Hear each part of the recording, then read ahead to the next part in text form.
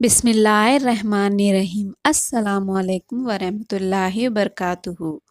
کھانے کے بعد ڈکار مارنے سے کیا ہوتا ہے؟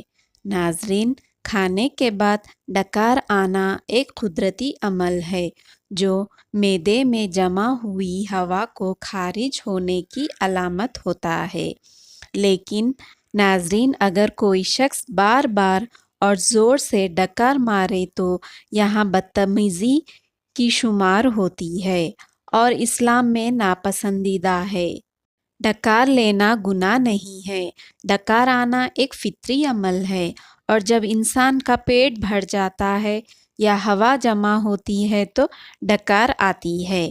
اسلام میں اسے گناہ یا حرام نہیں کہا گیا۔ رسول اللہ صلی اللہ علیہ وسلم نے حد سے زیادہ کھانے کو پسند نہیں فرمایا۔ اس کا مطلب یہ نہیں کہ ڈکار لینا حرام ہے، بلکہ اتنا نہ کھایا جائے کہ ڈکار لینا لازمی ہو جائے اور دوسروں کو تکلیف ہو۔